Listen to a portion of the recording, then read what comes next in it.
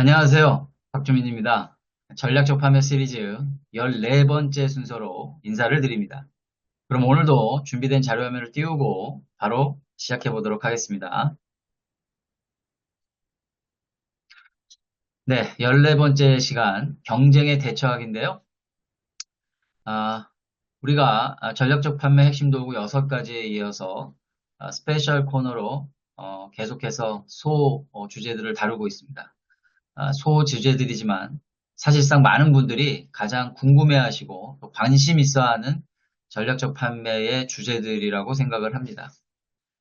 그래서 오늘 경쟁에 대처하기, 특히 많은 분들이 또 관심 있어 하시는 주제일 수 있는데요. 관련해서 이런 질문을 또 드리면서 시작해 볼까 합니다. 당신은 얼마나 치열하게 경쟁하고 계십니까? 네, 여러분들의 비즈니스에서 수많은 경쟁사들과 치열하게 각축전을 벌이고 계시겠죠. 흥미로운 사실부터 하나 알려드리면 이미 2000여 년 전에 에, 어떤 변호사가 논문을 썼어요. 그런데 그 논문의 주제가 뭐였냐면 바로 경쟁 관계였다라는 거예요. 당시에 각 지역마다 상인들이 개점을 하기 시작을 했는데 그 개점을 하기 위해서 많은 입지 경쟁이 벌어졌다라는 거죠. 바로 그러한 입지 경쟁에 관한 최초의 논문이 이미 2000년 전에도 있었다라는 거예요. 자, 그런데 2000년 전부터 지금까지 우리는 어떠한 비즈니스에서도 경쟁 관계를 의식하지 않는 비즈니스는 한 번도 없었다라고 할 수 있어요. 물론 아주 독점적인 지위를 갖고 있는 그러한 형태의 비즈니스도 존재합니다. 뭐 국가에서 운영하는 비즈니스도 있을 수 있겠지만 실제 우리의 커머셜 마켓에서도 아주 독점적인 기술력, 아주 탁월한 기술력을 바탕으로 해서 어떤 경쟁사도 넘보기 어려운 그러한 비즈니스를 구가하고 있는 업체들도 분명히 존재해요. 그렇지만 이 오늘날의 경쟁 구도는요, 반드시 경쟁사만을 의미하지 않습니다. 그래서 이 전략적 판매에서는요, 아주 분명하게 경쟁 전략을 정의하고 있죠. 그것은 바로 궁극의 경쟁은 경쟁하지 않는 거라는 거예요. 도대체 이게 무슨 말일까? 그렇습니다. 우리가 추구하는 경쟁 전략의 끝판왕은 오로지 고객 가치에만 집중을 한다라는 겁니다. 바꾸어 말하면 경쟁 관계에 너무나 치중한 비즈니스가 오히려 우리의 사업을 그르치게 할 수 있다라는 겁니다.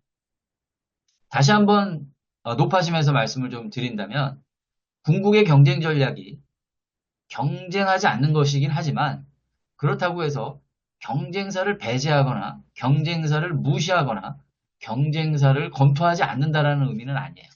그래서 지금부터 본격적으로 우리가 항상 마주하게 되는 이 경쟁 관계에 대해서 좀 더 본질적인 측면부터 좀 하나하나 점검해 보도록 할게요.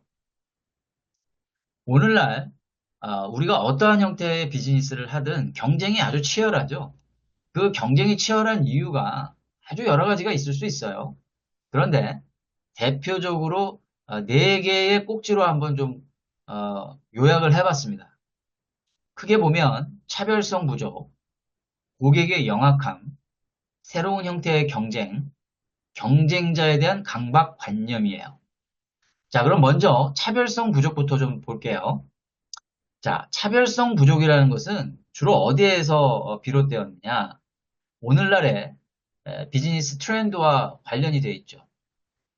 기술이 변화해도 너무 빠르게 변화합니다. 그리고 각 기업별로 기술력의 상향 평준화가 이루어지다 보니까 아무리 탁월한 기술을 가지고 어떤 제품이나 솔루션, 서비스를 만들어냈다 하더라도 금세 경쟁자들이 카핑하기가 쉬운 그러한 시대가 돼버렸다는 거예요. 그렇기 때문에 우리의 비즈니스는 제품 차별화에만 의존하는 것은 끊임없이 개발하고 뒤처지고 또 개발하고 뒤처지고의 반복이라는 거예요. 그래서 우리가 최고의 기능이나 혜택을 가지고 고객에게 승부해야 하는 것은 맞지만 너무나 많은 기업들이 천편일률적으로 자신들의 기술력, 경우에 따라서는 자신들의 제품력에 너무 의존한 나머지 고객의 진정한 니즈를 이해하지 못함으로 말미암아 금세 투자 대비 효율성이 떨어지는 그러한 비즈니스에 많은 부분들이 치우쳐져 있다. 결국 이러한 부분들이 세일즈 차별화, 고객 니즈를 차별화해서 만족시키는 이러한 근본적인 차별성 부족이 오늘날 경쟁의 또 하나의 흐름으로 대두가 되어 오고 있다라는 겁니다. 자, 두 번째는 고객의 영악함이에요. 어때요, 여러분? 과거의 고객들에 비해서 오늘날의 고객들의 요구가 매우 까다롭지 않습니까? 거기다가 우리가 취급하는 어떤 솔루션들이 단순하지가 않은 경우가 많아요. 굉장히 복잡하죠. 그리고 그러한 문제들을 해결하기 위해서는 다각적인 부서에서, 다각적인 관련 분야의 사람들이 같이 토탈 매니징을 해줘야지만이 고객의 만족이 이루어지는 그러한 형태가 상당히 많다라는 겁니다. 그래서 딱히 다른 점을 발견하기가 어렵기 때문에 고객들은 자신들이 소위 말하면 칼자루를 쥐고 가격이 가장 낮은 업체와 거래를 할 수 있게 된다는 겁니다. 고객만 좋아진다는 거예요. 그래서 이렇게 고객이 점점 스마트해지고 있기 때문에 이러한 부분들이 고객 접점에서 차별화를 통해서 어떠한 경쟁 관계를 리드해 나가지 않으면 우리는 끊임없이 시장과 고객에게 끌려갈 수밖에 없는 그런 상황이 된다라는 겁니다. 자, 세 번째는 새로운 형태의 경쟁이 되겠어요. 자, 전략적 판매에서는요, 이 경쟁의 프레임이 굉장히 넓습니다.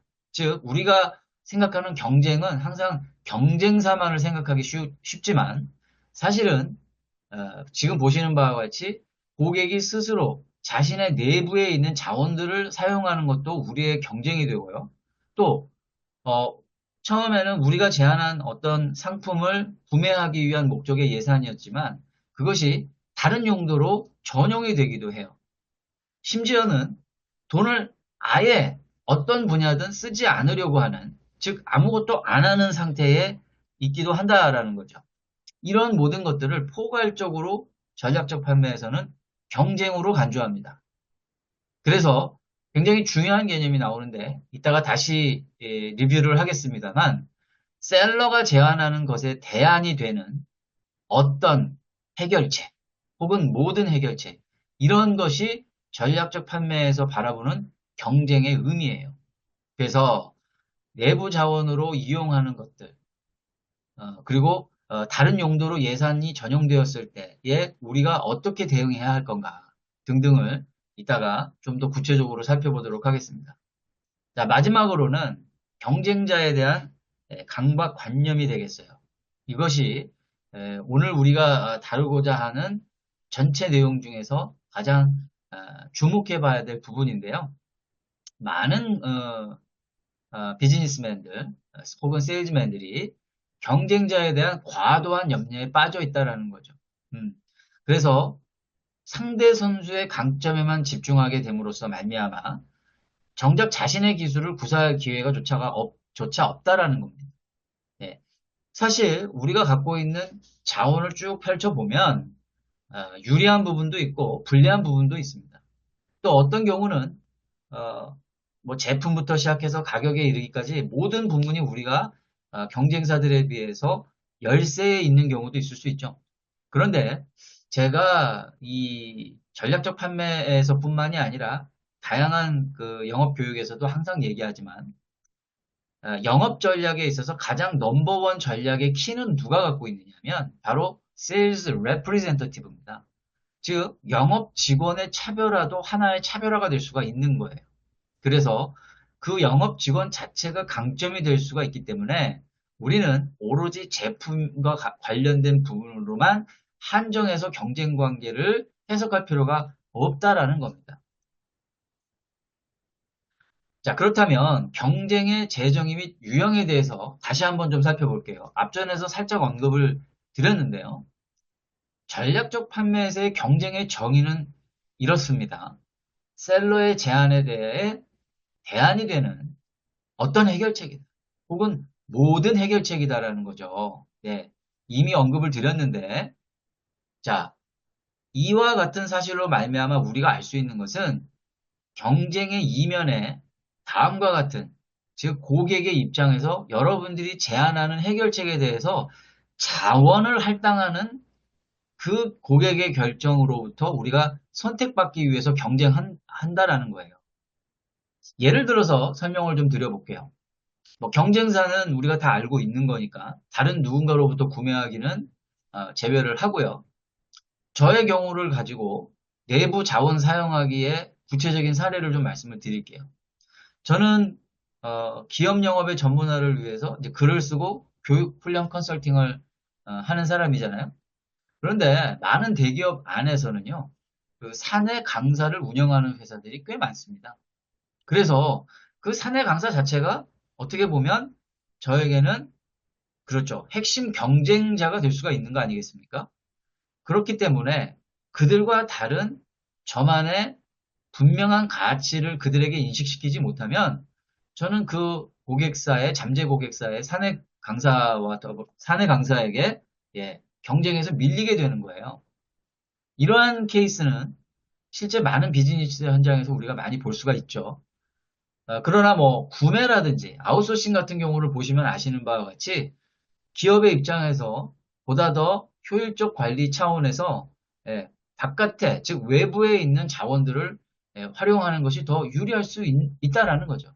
그래서 여러분들의 비즈니스가, 여러분들의 제안이 보다 구체적이고 명쾌하게 고객들로부터 그 가치가 인식되지 않는다면 언제든지 여러분들은 일반적인 경쟁자 이외로부터도 충분히 어떤 그런 경쟁 관계에서 밀려날 수 있다는 것. 또 실제 어떤 기업이 그 회사에게 어떤 그 내부 인프라에 필요한 통신 시설을 제안을 했어요.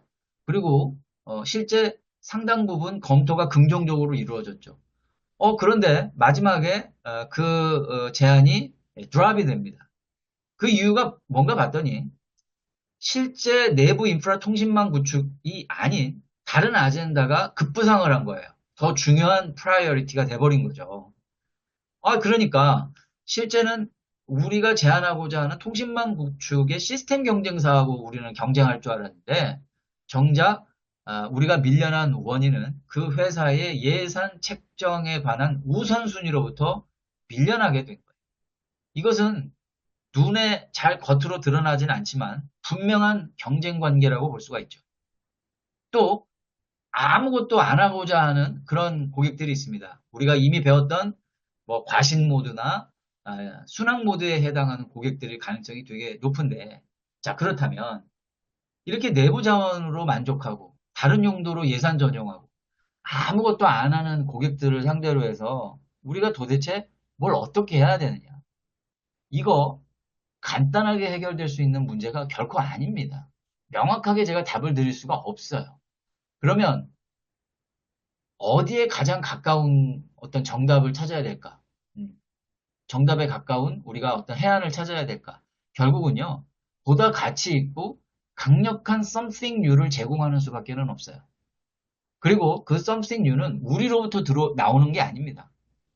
고객 내부에 깊숙하게 침투해 들어가서 저와 지난 13시간여 차례에 달하는 전략적 판매 시리즈에서 가장 중요하게 다루었던 우리가 구매 영향력자 그룹을 파악하고 성취 성과들을 파악하고 그들의 반응 모드를 파악하고 거기에 따라서 적절한 제안을 함으로 말미암아 끊임없이 여러분들의 포지션을 빨간 경고 깃발을 제거함으로 말미암아 강점의 최대화를 통해서 여러분들의 포지션을 더욱더 강력한 상태로 만들어야 된다고 말씀드렸잖아요. 바로 그것이 전략의 프로세스예요.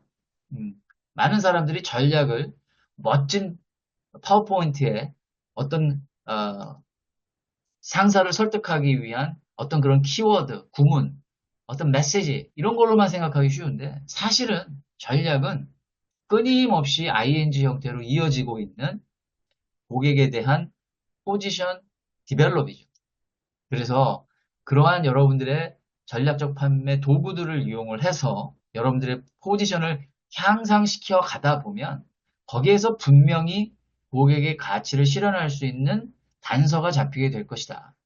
그러한 것들의 가치가 고객들에게 보다 강력하게 각인될 수만 있다면 지금 말씀드린 다양한 형태의 경쟁 유형으로부터 우리는 보다 경쟁력을 갖고 자유로워질 수 있을 것이다 라는 말씀을 드리고 싶어요. 자, 이 시점에서 다시 한번 질문 하나를 더 드리겠습니다. 여러분은 평소에 경쟁자를 얼마나 의식하십니까? 네. 경쟁자를 의식한다, 의식하지 않는다라는 것은 굉장히 상대적인 개념인 것 같아요. 왜냐하면 정말 다양한 형태의 업종들이 있기 때문에 어떤 경우는 여러분들의 업종이 항상 시장에 있어서의 리더, 소위 말하면 시장 리더의 어떤 정책 변화에 따라서 정말 경우에 따라서는 좀 눈치를 봐야 하는 비즈니스일 수도 있고 또 그 반대의 경우도 있을 수 있죠. 여러분들이 이끌어가는 시장이 될 수도 있고 그렇기 때문에 이 경쟁자를 의식한다라는 것이 어떻게 보면 굉장히 상대적인 개념입니다. 그런데요, 제가 이미 서두에도 말씀드렸다시피 아주 절대적인 개념이 하나 있어요. 여러분들이 시장에서 여러분들의 위치가 어떠하든지 간에 오로지 고객만 바라보고 가는 거죠. 그렇게 되면 경쟁자가 여러분들에게 위험 요소가 될 수가 없는 겁니다. 객관적으로는 여러분들이 모든 항목에서 설사 열세에 있다 하더라도 진정으로 고객의 가치가 무엇인지를 따라서 거기에 집중해서 그 가치를 찾아서 고객에게 제안할 수만 있다면 경쟁자 의식할 필요가 없다라는 거예요. 경쟁자에 대한 강박관념이 좋지 않은 이유에 대해서 하나의 사례를 통해서 좀 말씀드려볼까 하는데요. 만년 2위의 프로레슬러가 있었다고 해요. 챔피언에게 한 번도 이겨보지를 못했답니다. 그래서 그 코치가 다음과 같은 주문을 하게 됩니다. 다른 모든 기술은 생각하지 말고 그 챔피언의 주무기인 헤드락만을 피하라라고 아주 강력하게 디렉션을 받은 거예요. 그래서 이 만년 2위의 선수가 오직 그 챔피언의 헤드락만을 피하기 위해서 혼신의 노력을 다합니다. 그런데요, 막상 링에 올라가서 그 챔피언이 헤드락을 딱 걸어오자 얼음땡이 되어버렸답니다. 이상하게도 그 헤드락만 피하기 위해서 모든 초집중을 했는데 정작 그 기술에 딱 걸려드는 순간 아무것도 할 수가 없어서 결국 안타깝게도 또다시 패배를 하게 되었다라는 것이죠. 자, 이 짧은 사례에서 주는 교훈을 여러분들은 이해하실 수 있을 거예요. 비록 챔피언이 너무나 강력한 무기를 갖고 있고 또 강력한 체력을 갖고 있고 넘볼 수 없는 그런 기술을 갖고 있다 하더라도 내 자신이 잘할 수 있는 것들을 충분히 발휘할 수만 있다면 그렇게 허무하게 지지만은 않을 거라는 거예요. 그리고 경우에 따라서는 이 만년 2위의 선수도 충분히 그 챔피언을 이길 수 있는 기술이 있기 때문에 그냥 거저 2등이 된 거는 아니잖아요. 예. 그런데 그 챔피언만 만나면 본인의 기술은 하나도 발휘를 하지 못하고 계속해서 똑같이 경쟁자의 헤드락이라고 하는 그 강력한 무기에 끊임없이 대패를 하고 있다는 거죠. 음. 그렇기 때문에 우리는 이와 같은 사실로 미루어서 경쟁자에게 초점을 두는 것이 왜 우리의 판매에 도움이 되지 않는가라는 부분들을 좀 심도 있게 살펴볼 필요가 있겠다라는 생각이 듭니다. 그와 관련해서 대표적으로 여러분들 자주 드시는 코카콜라 사례를 좀 말씀드리겠습니다. 이 코카콜라가 말이죠. 1985년도에 이 경쟁사 펩시에 의해서 시장 점유율이 계속해서 떨어지게 됩니다. 그래서 이 코카콜라가 당시 99년에 전통을 갖고 있었는데 전혀 다른 차원의 레시피를 개발하기 이르게 됩니다. 왜냐? 시장의 트렌드가 이제 바뀌어가니까 고객의 입맛에 따라 우리도 경쟁자가 추구하는 그 맛을 한번 좀 만들어 보자 했던 것이죠. 그래서 정말 오랜 시간 동안 고객의 어떤 그 FGI 조사를 통해서 고객이 진정으로 원하는 맛을 다시 한번 시대에 맞게 만들어서 혁신적인 제품을 시장에 내놓게 됩니다. 그게 바로 뉴 코크라는 제품이었죠. 자, 그런데 이게 웬일입니까? 시장에서 엄청난 문매를 맞게 됩니다. 심지어는 전국에 있는 모든 코카콜라 팬으로부터 예, 막 피켓팅이 벌어지고 계속 연일 그 항의 전화가 오고 심지어는 아이들서부터 어른에 이르기까지 막 편지가 오는 거예요. 우리의 전통의 맛을 다시 돌려달라. 왜 우리의 스토리, 그 깊은 스토리가 갖고 있는 그 전통의 맛을 버렸느냐? 이런 원망의 메시지가 정말 전국에서 끊임없이 쇄도하게 됐던 것이죠. 그래서 결국 코카콜라의 사장이 79일 만에 우리의 코카콜라를 다시 돌아오게 하겠다라고 선언을 하고 코카콜라 클래식이라는 이름으로 다시 리런칭을 하게 됩니다. 그리고 기존에 만들었던 뉴코크는 나중에 뉴코크2가 됐다가 결국은 사장되어지고 마는 것이죠. 당시 코카콜라의 사장은 이런 말을 했다고 합니다. 우리가 오랫동안 지켜온 규칙들 중 하나는 사업상 실패가 고객이 아닌 경쟁자에게 집중한 결과라는 것이었다는 거죠. 바로 이것이 경쟁자에게 초점을 두다 보니 우리가 갖고 있는 진정한 자산을 오히려 잃어버리게 되는 대표적인 또 하나의 사례가 되는 거죠. 우리가 서베이를 너무 믿을 필요가 없는 거예요. 뭐 우리가 많은 그 설문조사, 고객 선호도 조사, 고객 행동 조사 이런 거 많이 하지만 진실은 오히려 그 이면에 감추어져 있을 가능성이 훨씬 높다라는 겁니다. 그래서 다음과 같은 시사점을 우리는 좀 유념할 필요가 있을 것 같아요. 경쟁자에게 초점을 맞추는 전략은 본질적으로 혹은 어쩔 수 없이 대응에만 급급하게 만들기 때문이라는 겁니다. 그래서 실패할 확률이 높다라는 거예요. 그래서 우리가 끊임없이 경쟁자를 의식한다는 것은 우리도 역시 경쟁사 못지않게 낫습니다. 우리 괜찮아요. 라고 얘기하지만 그 의미의 이면에는 고객 입장에서 그래 너희들도 똑같구만. 마찬가지 아니야? 라고 인식이 된다라는 거예요.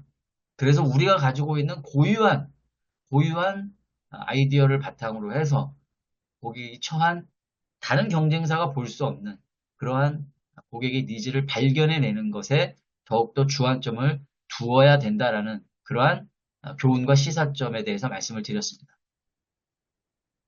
네, 이어서 이번에는 경쟁 대응 전략을 표출했을 때 나타나는 가장 부정적인 요소를 좀 다뤄보겠습니다.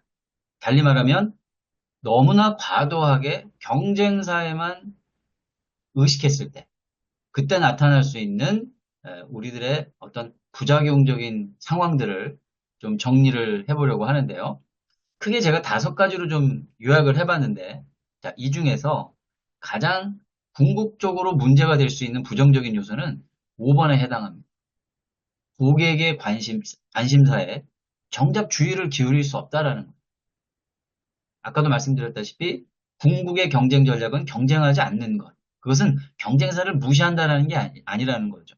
오히려 그 시간에 고객의 관심사에 더욱더 많은 자원을 집중하지 못한다라는 것. 자, 하나씩 한번 좀 살펴보겠습니다. 우리가 과도하게 경쟁사 의식하면 첫 번째, 경쟁자가 정한 게임의 룰을 우리 스스로 허락하는 셈이 된다라는 거예요. 자, 이 이야기는 다른 말로 하면은 우리도 표준을 향해서 열심히 따라가고 있어요. 우리도 노력하고 있다고요. 라고 하는 말과 같다라는 거예요.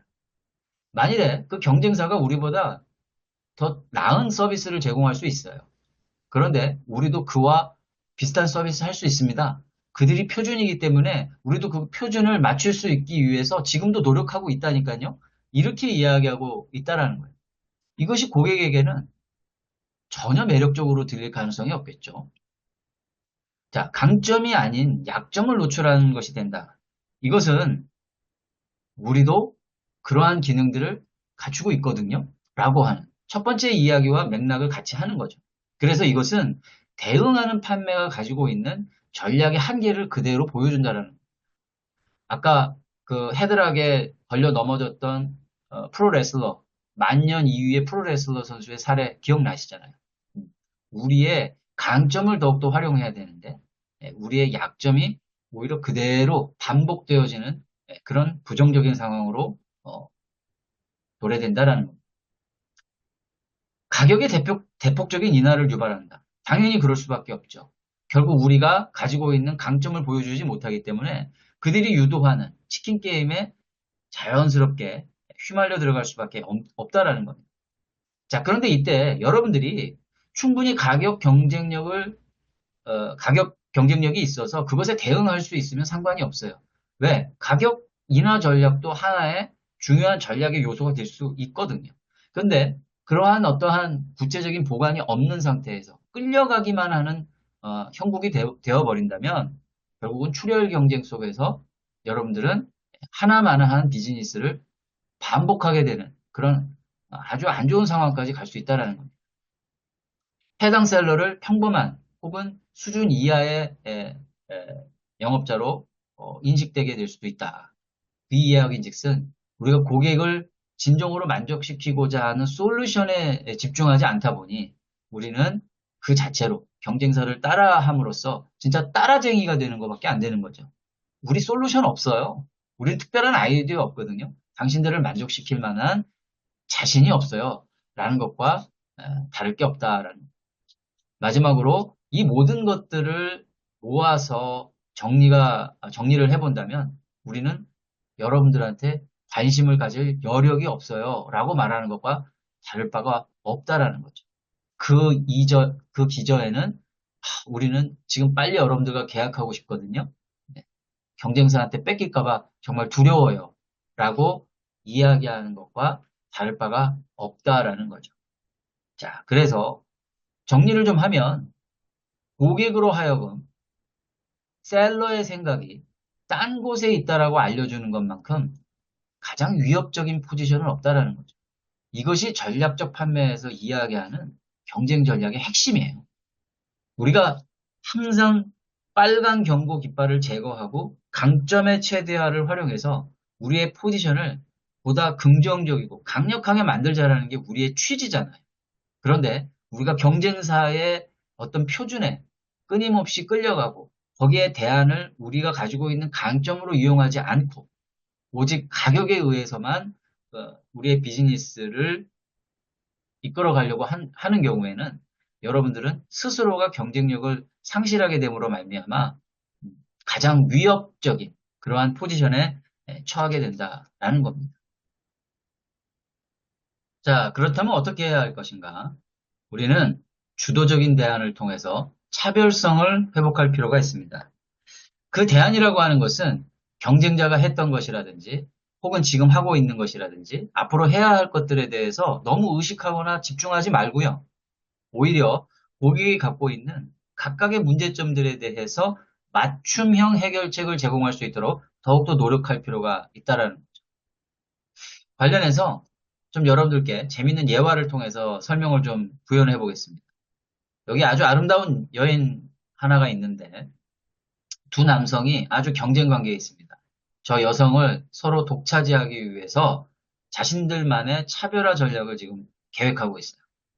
한 남성은 매우 외모가 출중합니다. 그런데 돈이 없어요. 또 한 명은 돈은 굉장히 많은데 외모가 굉장히 떨어집니다. 자, 그렇다면 이러한 상황 속에서 그녀의 마음을 사로잡기 위해 이 각각의 남성들은 어떤 차별화 전략을 써야만 할까요? 일단은 외모가 출중하고 돈이 없는 분은 일시적이나마 돈을 좀 많이 빌려서 그 돈을 통해서 그 여성의 환심을 사로잡을 수 있는 어떤 다양한 전략을 펼칠 수 있겠죠. 반면에 돈이 많으신 분은 자기가 좀 부족한 외모를 돈을 통해서 아주 뭐 명품 옷을 입는다든지 아니면 뭐 성형수술을 한다든지 다양한 방법을 활용할 수 있을 겁니다. 모두가 다 전략의 일환으로 충분히 쓸 수 있는 카드들이죠. 그러나 이를 세일즈 세계, 특히 전략적 판매 세계에 비유를 한다면 이러한 전략들이 단기적으로는 성공할 수 있을지는 몰라도 장기적으로는 거의 대부분 실패하게 된다라는 거예요. 그래서 경쟁 위주의 전략이 거의 실패하게 되는 이유는 자신이 맡은 본연의 임무로부터 한눈을 팔게 하기 때문이라는 거죠. 경쟁자가 갖고 있는 강점보다는 자신이 갖고 있는 강점에 더욱더 집중을 하라는 것 아닙니까? 그것을 바탕으로 해서 가장 좋은 방법은 경쟁자가 잘하고 있는 것에 관심을 둘 것이 아니라 오직 주도적으로 그녀의 관심사에 초점을 맞추어서 기여하라라는 겁니다. 여기서 기여라고 하는 개념이 매우 중요한데요. 조금 이따가 부연 설명을 통해서 말씀을 좀 더 드리도록 하겠습니다. 자, 그래서 여러분들은 이 주도적인 대안을 통해서 차별성을 회복한다라는 것에 대한 개념을 충분히 이해하셨을 거고, 이에 대한 방법론을 한 세 가지 정도로 제가 이따가 압축해서 말씀을 좀 드릴 거예요. 자, 그 전에 먼저 우리가 하고 있는 이 전략적 판매라고 하는 경쟁의 성격을 좀 더 이해하실 필요가 있는데요. 자, 스포츠에는 크게 보면, 예, 대면 스포츠라고 불리는 페이스 스포츠와 비대면 스포츠라고 불리는 사이드 스포츠가 있습니다. 페이스 스포츠는 축구나 권투 경기처럼 바로 상대를 전면에 두고 상대를 이기기 위해서 하는 그야말로 전형적인 형태의 경쟁 스포츠라고 할 수 있겠죠.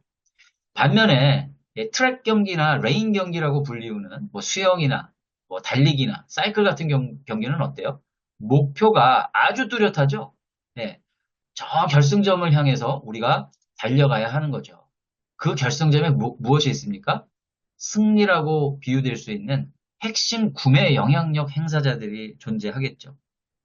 그래서 우리는 사실상 사이드 스포츠 경기를 해야 하는 겁니다. 예, 전면전에서 우리가 뭐 소위 말하는 출혈 경쟁을 감내하는 그러한 형태의 판매를 할 것이 아니라 오직 유일한 성공 경쟁 전략이라고 하는 것은 최종적인 고객에게 초점을 맞춘다라고 하는 그 개념을 가지고 열심히 앞만 보고 달려갈 필요가 있다는 거죠. 또 혹자는 오해를 해요. 주도적으로 대비하고 앞만 보고 달려가라고 하니까 경쟁자는 그러면 무시해도 되느냐? 그 개념이 아니라고 이미 말씀을 드렸죠. 큰 틀에서 보면은 이러한 경쟁 관계라고 하는 것도 결국은 하나의 부속물에 지나지 않는다라고 하는 거예요. 왜일까요? 결국은 최종 의사 결정 권한은 핵심 구매 영향력 행사자들이 갖고 있기 때문에 승부는 결국 셀러와 구매 영향력 행사자 사이에서 발생하기 때문이에요. 이것이 결국은 세일즈의 본질이자 전략적 판매에서 가장 중요시하는 초점인 것이죠. 다시 한번 강조하지만 유일하게 성공을 가져다주는 경쟁 전략은 고객에게 초점을 더욱 맞추는 것이다. 우리는 사이드 스포츠 경기를 해야 한다라는 점을 꼭 기억해 주시기 바랍니다. 자, 아까 전에 말씀드린 바와 같이 그렇다면 차별성을 회복하기 위해서는 크게 세 가지 정도로 제가 요약을 했다라고 말씀을 드렸는데 각각은 주도하기, 고객 초점 맞추기, 기여하기가 되겠습니다. 지금까지 우리가 다루었던 그 많은 이야기들을 좀 정리하는 차원이라고 보시면 되는데요. 자, 먼저 주도하기입니다. 주도한다라는 건 뭡니까? 우리가 지금까지 배웠던 정밀한 판매 도구, 전략적 판매 핵심 도구 6가지 있죠? 그것을 활용하는 것 자체가 주도를 하는 거예요. 그것을 통해서 우리는 선견, 선수, 선제, 선점의 효과를 얻을 수 있고요. 그러한 것들을 바탕으로 해서 우리는 가치 제한을 할 수 있게 된다는 거죠. 우리의 포지션이 그만큼 강력해질 가능성이 높다라는 것 아니겠습니까? 이 자체가 매우 경쟁적이라는 겁니다. 그래서 주도적인 접근 방식은요, 항상 목표에 초점을 두기 때문에 여러분들이 갖고 있는 기술과 자원을 보다 더 효과적으로 사용할 수 있게 되는 겁니다. 이어서 고객에게 초점을 맞추는 것이 자연스러워질 수밖에 없겠죠. 우리는 앞서 예화를 통해서도 말씀드렸지만 상대가 가지고 있는 강점에 초점을 두어서는 안 되는 겁니다. 그것이 가장 최악의 카드가 될 수 있다는 거예요. 왜? 전략적 판매는 한 번 거래하고 마는 비즈니스가 아니기 때문이에요. 상호 윈윈하는 장기적인 거래 관계를 위해서는 오직 고객의 성취 성과 요소에 집중해야 하는 거고 그것이 가장 최우선 순위가 되어야 된다.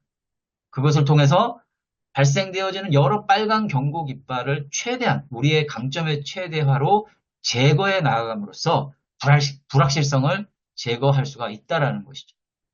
그 방법은 결국 질분 전략입니다. 고객이 도대체 뭘 원하는지, 무엇을 불편하게 생각하는지에 대해서 우리는 다양한 질문을 통해서 고객의 니즈를 파악해야 되는 것이죠. 그것을 묻지 않는 자에게 결국은 예, 그 경쟁 관계에서 밀려나는 패배 순전이 주어질 뿐이라는 겁니다. 자, 마지막으로는 아까도 제가 강조드렸던 기여학입니다. 전략적 판매에서는 이 기여하기를 컨트리뷰션, 즉 다른 말로 하면 솔루션 제공을 통해서 고객에게 공헌한다, 기여한다 이런 표현을 쓰는 겁니다. 다른 곳에선 구할 수 없는 something new, 그것을 제공해야만 하는 겁니다. 제가 일전에도 이 기여하기 프로그램에 대해서는 저의 영업 사례를 통해서 말씀을 드린 바가 있습니다. 길게 말씀은 못 드리겠고, 제가 그 낙원상가에 있는 그 도매상들이 취급하고 있는 PDP 제품, 대부분이 LG의 제품이었는데, 제가 삼성전자 재직 시절에 그 LG의 제품들을 1년간에 걸쳐서 전량 삼성 제품으로 대체했었던 그 사례를 말씀드리면서 그 사례의 핵심이 결국 기업 프로그램에 해당했다라고 말씀드린 바가 있어요. 기업 프로그램의 첫 시작은 제품이 아니다. 영업대표 자체가 전략의 첫 번째 일환이 되어야 된다라고 강조를 드렸습니다. 그래서 당시에 우리의 그 제품이 제가 취급했던 삼성전자의 PDP가 LG전자의 그것보다 제품력이나 가격 경쟁력이나 기타 서비스력에서 결코 앞서지 않았어요. 그러나 저는 거의 한 달 이상을 그 낙원상가를 계속 끊임없이 드나들면서 바카스 사들고 여러 도매상들을 만났고 그들의 이야기들을 청취함으로써 신뢰를 조금씩 조금씩 얻어갈 수 있었고 그 현장에서 그들이 필요로 하는 것들을 하나씩 하나씩 해결해 줌으로써 기업 프로그램을 완성할 수 있었던 것이었죠. 이러한 것들은 하루아침에 완성되는 것이 아니라 스텝 바이 스텝으로 현장에서 고객과 함께 더불어서 만들어지는 것이기 때문에 장기적인 신뢰관계를 가져가는 데 있어서 이러한 활동만큼 훨씬 더 가치 있고 의미 있는 활동은 없더라. 바로 그렇게 함으로써 가장 중요한 것은 고객으로부터 저 사람과 함께 일을 함으로써 내가 뭔가 크게 성취를 이룰 수 있겠구나라고 하는 그 가치를 인식시키는 겁니다. 셀러가 가치가 있게 느껴져야 된다는 거죠. 이것이 바로 경쟁자와 다르게 인식되어지는 측면에서의 최고의 차별성이 되는 겁니다. 그래서 꾸준한 기여라고 하는 것은 관계를 결속시키게 되고요. 셀러를, 즉 그렇게 함으로써 여러분 자체가 하나의 표준이 되어지는 거죠. 경쟁자가 표준이 아니라 여러분이 표준이 되게 만드는 거죠. 그렇게 되면 결국은 고객으로부터 얻게 되는 다양한 가격 저항으로부터도 자유로워질 수가 있고 훨씬 더 협상의 레버리지를 갖게 됨으로 말미암아 여러분들이 항상 고객으로부터 최우선적으로 선택받을 수 있는 포지션에 위치하게 된다라는 겁니다. 정리하면 옆 레인을 기웃거리지 말고 고객에게 최상의 성과를 제공하는 데 전념하라라는 것이죠. 우리는 대면 경기가 아닌 비대면 경기에 해당하는 경쟁 구도 속에서 싸우고 있기 때문인 것이죠. 다른 말로 하면 대응할 것이 아니라 우리가 정밀한 판매 도구들을 활용함으로써 선제 공격을 할 수 있고 그것 자체가 가치 제한이 될 수 있도록 주력하라는 것입니다. 이렇게 차별성 회복을 위한 주도적인 대안을 좀 요약해서 정리해 봤고요. 자, 이번에는 단기 판매에서는 나쁘지 않은, 그러나 중장기 판매에서는 주의해야 할 방법들에 대해서 좀 설명을 드리겠습니다. 자, 우리가 세일즈 현장에서 다양한 상황들을 좀 마주하게 되는데요. 경쟁사와 친해지는 경우, 또 가성비를 설득하는 경우, 또 구매 결정 기준을 변경하기 위해서 시도하는 경우, 또 처음부터 세컨 밴드 전략이죠. 2등 자리를 선택하기 위한 경우, 뭐 이러한 경우들로 고객과 마주하는 상태가 많이 있습니다. 자, 그런데 이러한 것들이 단기 판매에서는 그다지 그렇게 나쁘다라고 볼 수는 없는데 이게 중장기 판매로 가면 갈수록 우리에게 불리해지는 경우들이 좀 있어요. 그래서 각각에 대해서 좀 주의해야 될 것들, 핵심만 좀 짚고 간단하게 좀 넘어가 보도록 하겠습니다. 자, 먼저 경쟁사와 친해지기예요. 주의해야 할 점은 뭐냐면요. 경쟁사의 의견이 잘못된 방향 설정을 만들 수 있다는 거죠. 자, 이게 무슨 얘기냐. 사실 저도 과거에 그 영업을 하다 보면 경쟁사 직원들과 친해지는 경우가 많이 있습니다. 그거 자체가 나쁘지는 않아요. 뭐, 예를 들어서 시장 매기가 안 좋고 여러 가지로 영업 여건이 좋지 않을 때는 서로에게 또 힘이 되기도 하고요. 서로의 어떤 그 애환들을 좀 나누다 보면 위로가 되기도 합니다. 그런데 문제는 어떤 크리티컬한 상황들이 생겨날 때죠. 뭐 어떤 특정 시장에서 새로운 신규 제품이 런칭을 했다든지 경쟁사의 어떤 새로운 정책들이 우리의 어떤 그 시장 쉐어를 이렇게 뺏어간다든지 뭐 이러한 상황들이 발생을 하게 되면 사실은 오정보가 오고 가는 경우들도 있어요. 제가 경험한 바에 따르면 경쟁사의 베테랑 영업 직원이 소위 말하면 시장을 좀 혼란스럽게 하는 오정보를 좀 흘려가지고 시장의 다양한 하위 딜러들로부터 제가 그 정보를 취하고 난 다음에 저희가 내부적으로 그걸 가지고 회의를 한 적도 있었거든요. 그런데 사실은 그 정보가 오정보였기 때문에 우리 입장에서는 하등에 대응할 가치가 없는 그러한 사실은 경우들도 경험을 해봤었어요. 그러니까 경쟁사하고 친해지는 것이 우리에게 많은 도움을 줄 거다라고 기대하는 경우들도 좀 있는데 그것은 참고만 할 뿐이지 그것은 우리의 전략의 일환으로 섣불리 취할 필요는 없다라는 것이죠. 자, 두 번째는요. 가성비 설득하기인데 요거는 이제 2번, 3번을 좀 묶어서 봐야 됩니다. 구매 결정 변경 시도하기와 가성비 설득하기를 좀 같이 묶어서 봐야 되는데 먼저는 가장 우선에서는 고객이 지금 어떤 반응 모드에 있는가를 먼저 좀 봐야 돼요. 성장 모드냐, 곤경 모드냐를 봐야 되는 겁니다. 그 두 개의 모드가 아닌 순항 모드나 과신 모드에 있어서는 이 2번, 3번은 자칫 잘못하면 악수가 될 수가 있기 때문이에요. 자, 먼저 가성비라는 것은 뭡니까? 성능 대비 우리의 가격이 결코 높지 않다라는 걸 강조하는 거잖아요. 우리 납기가 좋다, 디자인이 좋다, 서비스가 좋다. 그렇기 때문에 경쟁사보다 우리가 15%, 20% 가격 더 높게 받아도 고객 여러분들한테는 손해가 아닙니다라는 걸 강조하는 거잖아요. 그런데 이제 고객들이 그런 것에 쉽게 납득되어지지를 않습니다. 전제 조건들이 좀 있다라는 거죠.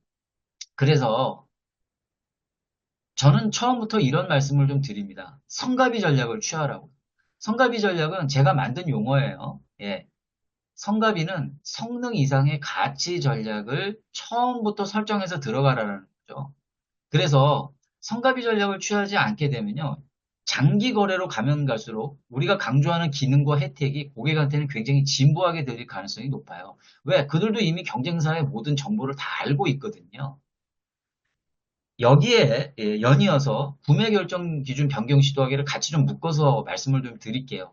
사실은요, 단기 판매 전략에서 고객이 갖고 있는 구매 결정 기준 변경하는 거 굉장히 중요한 전략이 됩니다.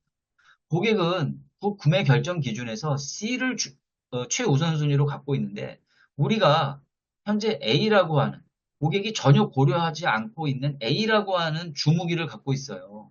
그러면 이 문제를 어떻게 극복합니까?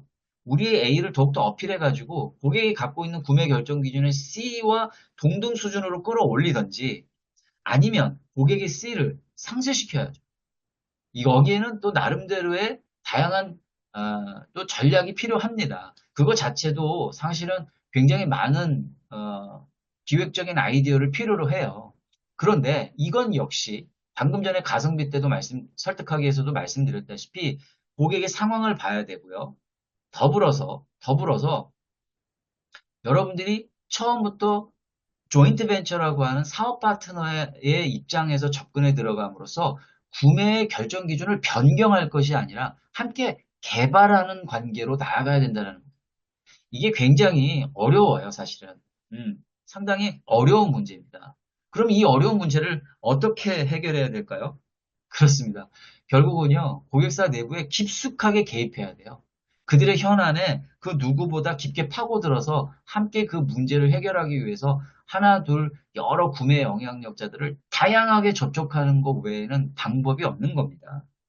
연구하고 질문하고 또 의견 받고 네, 다시 피드백하고 또 피드백 받고 이 반복을 끊임없이 하는 거예요. 음. 거기에서 많은 인내가 좀 필요로 하고요. 결국 그러한 장기적인 거래 관계에서 이러한 선순환 프로세스가 정착이 될 때 신뢰가 쌓이게 되고요.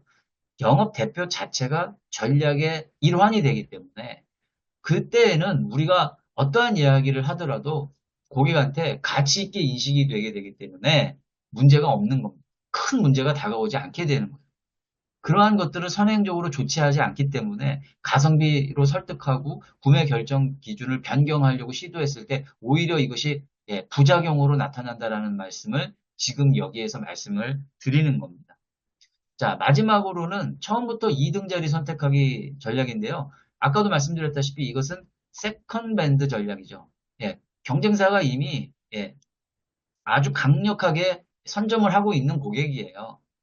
그렇기 때문에 오랜 기간 우리가 그것을 모니터링하는 과정에서 리소스를 투여할 가능성이 높습니다. 자칫 잘못하면 확고부동한 어떤 솔루션이 없는 상태에서 고객에게 우리는 2차 벤더로서 여러분들이 위험한 상황에 처해 있을 때 언제든지 불러주시면 저희가 도움을 드리겠습니다라고 하는 스탠스를 취하고 있다가 섣불리 마음을 좀 바꿔가지고 그 자리를 우리가 좀 뺏기 위해서 여러 가지 시도를 할 수도 있거든요. 그 부분을 조금 주의해야 한다는 겁니다. 오히려 고객 입장에서 지금 순항 모드로 잘 가고 있는데 왜 자꾸 우리한테 쓸데없는 제안을 하느냐. 너네 지금 이 자리 탐나서 그런 거 아니냐라는 오해를 줄 수 있거든요. 그런데 확실한 솔루션이면 상관이 없어요. 근데 어설프거나 우리의 제품 위주의 어필이거나 혹은 가격 위주의 어필로만 고객에게 그런 부분들을 강조하게 되면 고객은 상당히 좀 부정적으로 여러분들을 볼 가능성이 높다라는 거죠. 그래서 우리가 순항 모드에서 가장 많이 썼던 전략이 관망과 기다리기 전략이었잖아요. 적절한 거리를 두고 꾸준히 접촉은 하되 확고한 전략이 있을 때에만 주도적으로 제안을 하는 겁니다. 잃을 것이 없다라고 판단이 되었을 때 이러한 전략을 쓰셔야 한다라는 거죠. 자, 이 이외에도요, 뭐 성실을 가장한 위선 전략이라 그래가지고 뭐 우리가 갖고 있는 단점을 솔직하게 고백하는 것도 하나의 뭐 전략의 일환으로 쓰기도 하거든요. 또 반대로요. 저 경쟁사가 갖고 있는 단점을 노출시키기 위해서 다양한 방법으로 고객한테 그러한 정보를 흘리는 거죠. 우리는 이러한 부분에 대해서 굉장히 심혈을 기울이고 있는데 경쟁사는 이런 부분들을 좀 간과하고 있다더라라고 하는 것들을 어떤 릴리스 자료나 어떤 그 다양한 뭐죠? 예, 뉴스를 활용을 해가지고 고객에게 흘리는 겁니다. 던지시 흘리는 거죠. 그렇게 함으로써 고객에게는 뭔가 그 고객과 거래하고 있는 경쟁사가 갖고 있는 어떤 약점들을 자연스럽게 부각시키는 거거든요. 이거 굉장히 위험한 전략이에요. 그렇기 때문에 제가 아예 여기서는 뺐습니다만은 결국 이러한 것들이 단기적으로는 좀 쓰일 수 있어요. 그러나 우리가 하는 중장기 판매에서는 결코 바람직하지 않을 수 있다는 점을 여러분들이 꼭 유념하셨으면 좋겠습니다. 네, 이제 마지막으로요. 네, 마지막으로 전략적 판매 시리즈를 진행하다 보면 많은 영업자들이 가장 까다롭게 생각하는 유형에 봉착했을 때 그것을 극복하는 것들에 대해서 좀 말씀을 드리고 오늘 전체적인 과정을 좀 마무리를 좀 해보려고 합니다. 크게 보면요, 경쟁자가 확고한 위치에 서 있는 경우가 있고 그 반대, 그 셀러가 확고한 위치에 있는 경우가 있고 예, 셀러가 좀 더 가격이 높은 제품의 공급자일 때가 있으며 마지막으로는 고객이 셀러의 입찰만을 바랄 때 이렇게 크게 네 가지로 좀 구분해서 볼 수가 있어요. 경쟁자가 확고한 위치에 있을 때 이거 방금 전에 얘기했죠. 방금 전에 말씀드렸어요. 그냥 우리가 좀 내용 요약한 걸 먼저 좀 말씀을 드리고 부연을 좀 할게요. 자, 먼저 경쟁자가 오랫동안 유일한 공급업체라면 어떻게 할 거냐라는 거죠. 방금 전에도 말씀드렸다시피 단일 해결책이 없습니다. 세컨밴드 전략을 취한다면 적절한 거리 유지하고 관찰함으로써 관망하고 기다리는 전략 쓰시면 되는 거예요. 그래서 가장 좋은 방법은 이런 때일수록 고객사 내부의 다양한 구매 영향력자들을 더 많이 접촉하시는 겁니다. 그러다 보면 반드시 거기에서 단서가 나올 수밖에 없어요. 그 단서로부터 경쟁자에게 위협이 될 수 있는 새로운 제안을 여러분들이 만들어 나가셔야 되는 거거든요. 그래서 접촉점을 다변화하셔라. 그 말씀을 좀 말씀을 드리고 싶고요. 그래서 경쟁자가 설사 아무리 확고한 그 위치에 있다 하더라도요. 여러분들의 포지션이 좀 더 다양화되고 좀 더 깊이 있게 들어갈 수 있게 되잖아요. 그러면 사실은 경쟁자가 다루지 못했던 사실들을 이제 발견하게 된다라고 말씀을 드렸잖아요. 그 예전에 인도의 그 IBM 영업 직원 중에 비백 구타라고 하는 분이 있었는데 그 경쟁사가 아주 오랫동안 거래하고 있는 그 고객사를 그냥 누가 시키지도 않았는데 계속 그 개발실을 들락날락 했던 겁니다. 그게 소위 말하는 그 통신망에서 스위치 사업이었어요. 스위치. 그런데 그 내부 통신망 시설을 이렇게 점검을 하다 보니까 그 스위치를 연결하는 어떤 단자에 문제가 있는 것을 발견을 했던 거예요. 그래서 그 문제점들을 계속해서 이렇게 스터디를 하면서 거기 안에 내부에 있는 직원들과 굉장히 그 끈끈한 관계가 만들어졌던 거죠. 그리고 자신에게 이 스위치 문제를 해결함으로 말미암아 음, 지금 현재 운영하고 있는 시스템에서 보다 더 비용을 절감할 수 있는 방안을 제안하게 되죠. 거기가 그것에서 이제 단초가 돼가지고 나중에 그 오랜 기간 동안 그 유지해왔던 기존에 선점했던 경쟁사를 대체해서 주력 사업자로 선정이 된 계기가 있었고 이것이 향후에 엄청난 수익을 가져다 줘서 그 IBM에서 아주 전설적인 영업왕이 되셨던 분에 대한 이야기가 있거든요. 제가 이 말씀도 드렸던 것 같은데 어쨌든 간에 그 비백 굽타의 그 직원이 취했던 그 스탠스는 단순히 사업을 훔치려고 하는 것이 아니라 그 고객사 내부에 깊숙하게 침투해 들어가서 본인이 기여할 수 있는 것들이 무엇인가를 끊임없이 모니터링을 하고 그것을 위해서 거기에 있는 직원들과 정말 부담 없는 관계로 계속 발전해 갔다라는 거죠. 결국 거기에서 기회가 생겼고 그러한 것은 그냥 거저 주어지는 것이 아니라 그 기회 탐색을 위해서 자연스럽게 접촉점들을 다변화할 수 있어야지만이 가능했다라는 겁니다. 자, 두 번째는요, 반대의 상황이죠. 반대로, 이제는 여러분들이 확고한 고객사의 최우선 공급업자인데, 반대로 경쟁사가 여러분을 대신해서 호시탐탐 윈백 전략을 취하려고 할 경우에는 어떻게 해야겠습니까? 음, 가장 먼저는 현재 여러분들이 위치에 있는 포지션을 점검하셔야죠. 그렇게 해서 뭐 내가 미처 체크하지 못한 빨간 경고 깃발이 있는지를 반드시 발견을 하셔야죠. 그러기 위해서는 수시로 수학 분석을 좀 하셔가지고 여러분들이 가장 관심 있어 하는 거는 뭐겠습니까? 결국 공급업체 변경 가능성 유무를 바라보셔야 될 거 아니에요. 우리는 잘하고 있는 것 같은데 혹시 모르는 새로운 어떤 인력의 이동이나 리더의 내정으로 인해서 전체적인 어떤 고객사 내부의 환경 변화의 흐름을 좀 보셔야 될 거 아니겠어요? 그런 부분들을 좀 면밀히 체크하셔야 될 거고, 그것과 연관되어져서 신규 인력이나 인사이동 미접촉자가 발생을 하게 되면, 그러니까 구매 영향력자들, 지금 현재 시점에서 접촉을 좀 게을리하고 있거나 새로 내정된 사람이 있는데 그 사람을 아직까지도 만나고 있지 못하거나 그들의 개인적인 성취 요소들이 변모해 가고 있는 것을 미처 파악하고 있지 못하거나 이런 부분들이 있을 수 있다라는 겁니다. 그러한 것들이 결국 빨간 경고 깃발 아니겠습니까? 그것을 여러분들의 강점의 최대화로 제거해야 되는데 그 강점의 최대화가 뭐겠습니까? 결국 과거로부터 지금까지 여러분들의 기여가 그들에게 옳은 결정이었음을 다시 한번 재확인시켜야죠.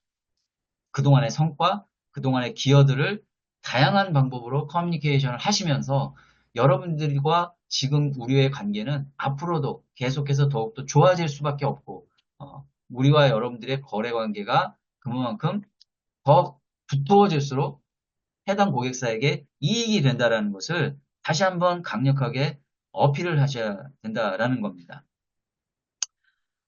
자, 그리고 세 번째로는 셀러가 좀 더 가격이 높은 제품의 공급자일 때죠. 자, 우리는 사실 이 가격 문제가 나오면 항상 가치 인식이라는 문제와 같이 결부해서 생각을 해야 돼요.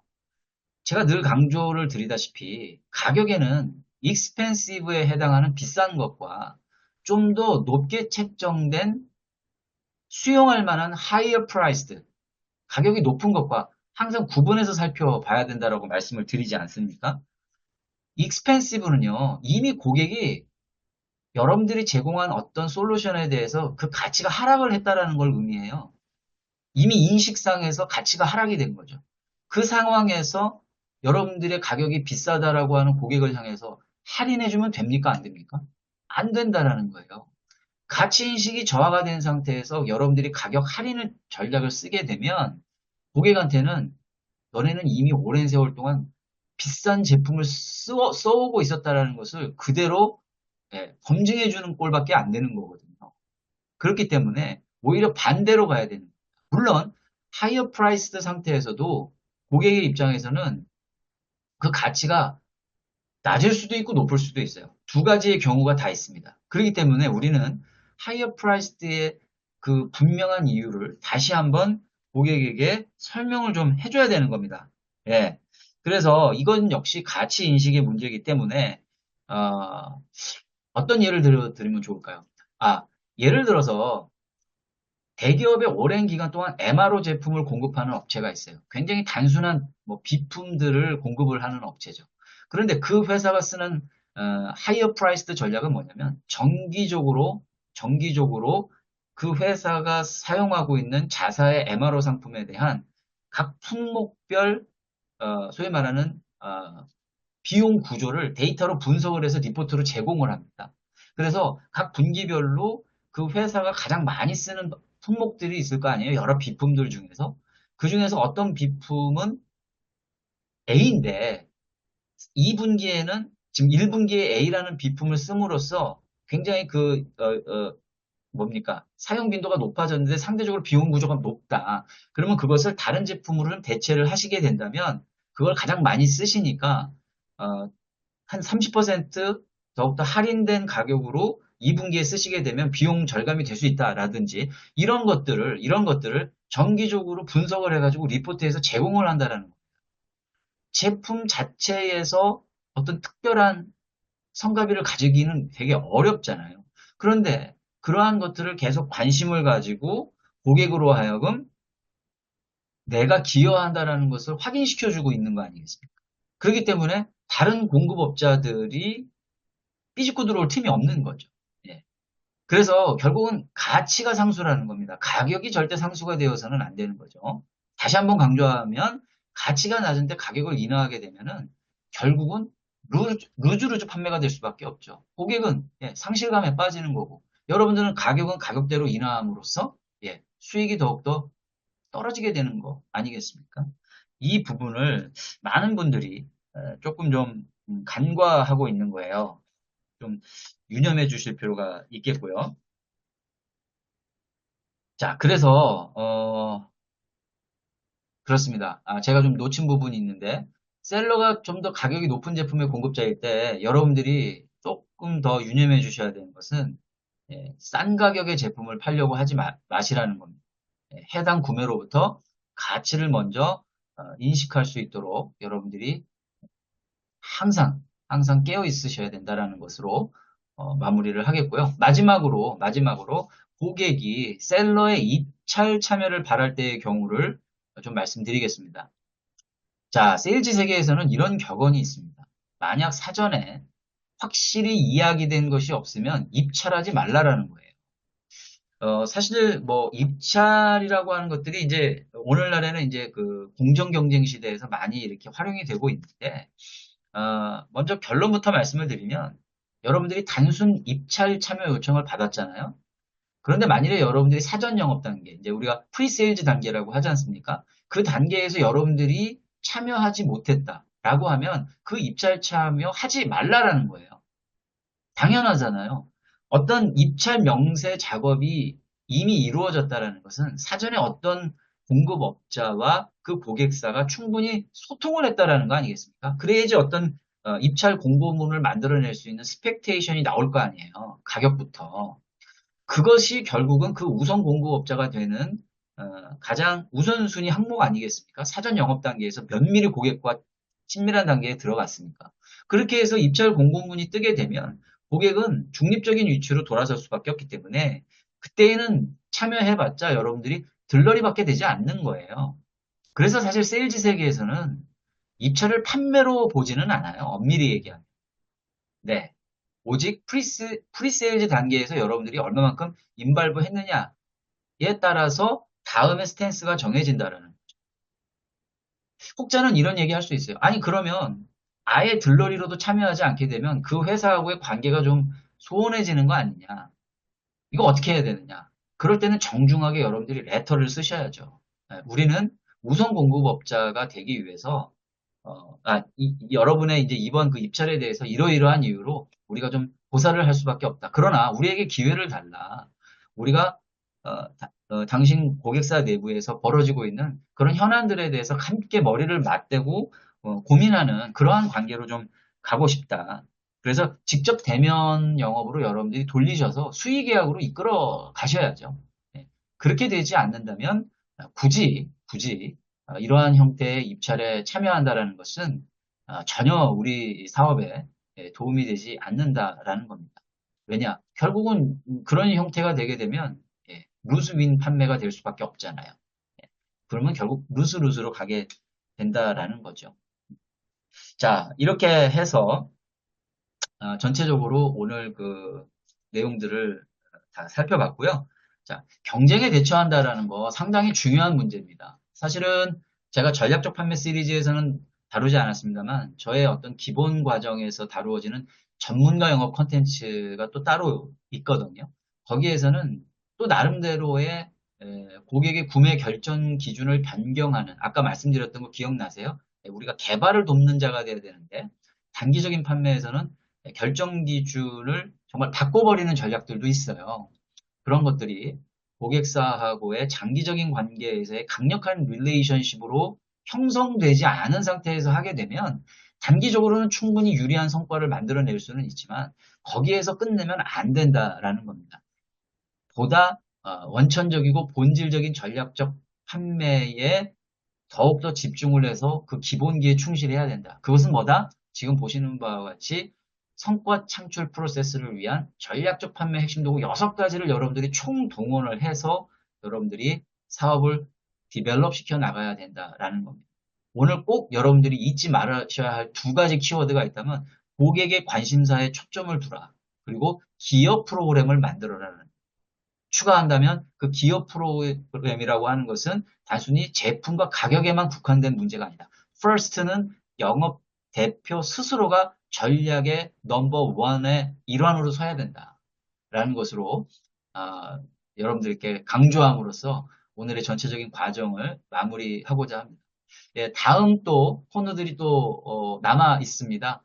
그때까지 여러분들과 더욱더 의미 있고 가치 있는 시간들 만들기 위해서 노력하도록 하겠습니다. 오늘 함께 해주셔서 감사하고요. 그럼 다음 시간에 뵙겠습니다. 고맙습니다.